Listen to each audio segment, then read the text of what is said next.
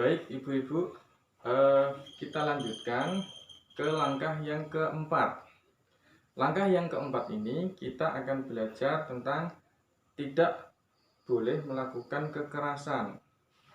Nah, setelah jenengan tadi di langkah pertama, langkah kedua, dan langkah tiga belajar, ini kelanjutannya. Tadi jenengan belajar tentang apa saja ibu-ibu? Iya, diantaranya adalah sikap dan perilaku orang tua, ya. Jadi orang tua itu harus sejalan antara perkataan dan perbuatannya. Tidak boleh berucap ini tapi yang dilakukan seperti ini, itu namanya tidak pas. Nah, kemudian tadi juga jangan belajar orang tua harus memiliki konsep diri yang positif. Jadi harus memandang segala sesuatu itu dengan optimis. Nah, saya yakin pasti bisa. Nah, misalnya seperti itu. Nah, di langkah selanjutnya, langkah keempat ini tidak boleh melakukan kekerasan. Bagaimana maksudnya? Nah, silakan jenengan buka buku pintar mengasuh anak, cerita 1A halaman 28 sampai 29. Ya, baik. Sekarang saya bertanya, bagaimana perasaan Agus dan Ibu Lili di bagian awal cerita tersebut? Kemudian, bagaimana hubungan Ibu Lili dan Agus? Mengapa bisa terjadi demikian? Ya, nah, terima kasih atas jawabannya. Jadi, dalam cerita tadi, Ibu Lili selesai memarahi Agus. Nah, Ibu Lili marah kepada Agus. Kemudian Agus merasa tidak enak hati didiamkan oleh ibunya. Gitu. Mungkin karena ibunya sedang banyak pikiran.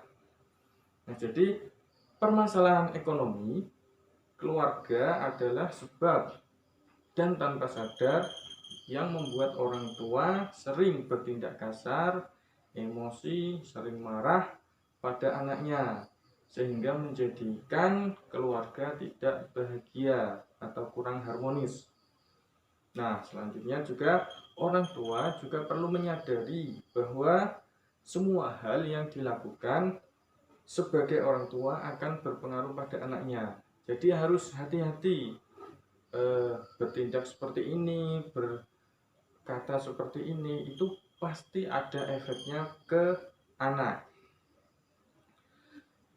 Kemudian kita akan belajar mengenai perubahan sikap Ibu Lili selanjutnya di video selanjutnya atau di cerita di buku pintar halaman 29 dan 30. Silahkan dibaca dan dipahami. Nah, pertanyaannya adalah perubahan sikap apa yang ditunjukkan Ibu Lili dan bagaimana perasaan anak-anak dengan perubahan sikap tersebut. Ya, terima kasih Ibu-ibu sudah menjawab.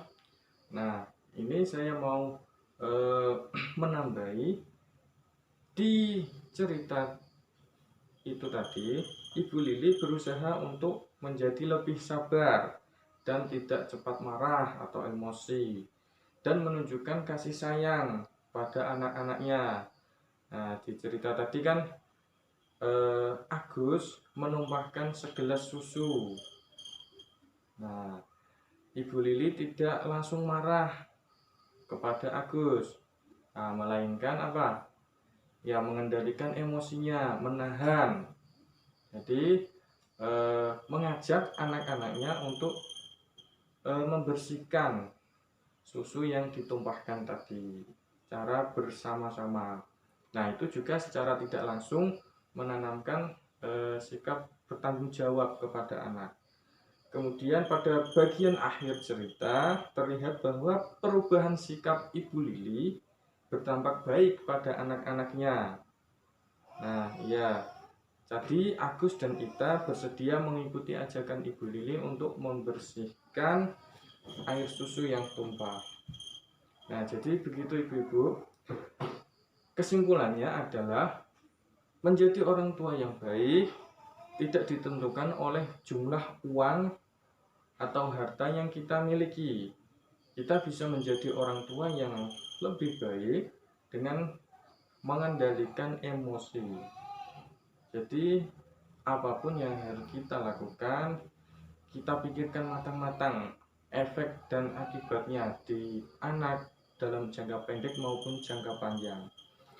Terus 4 cara menjadi orang tua yang lebih baik adalah dengan selalu bersikap, berperilaku, dan bertutur kata dengan penuh kasih sayang dan tanpa kekerasan.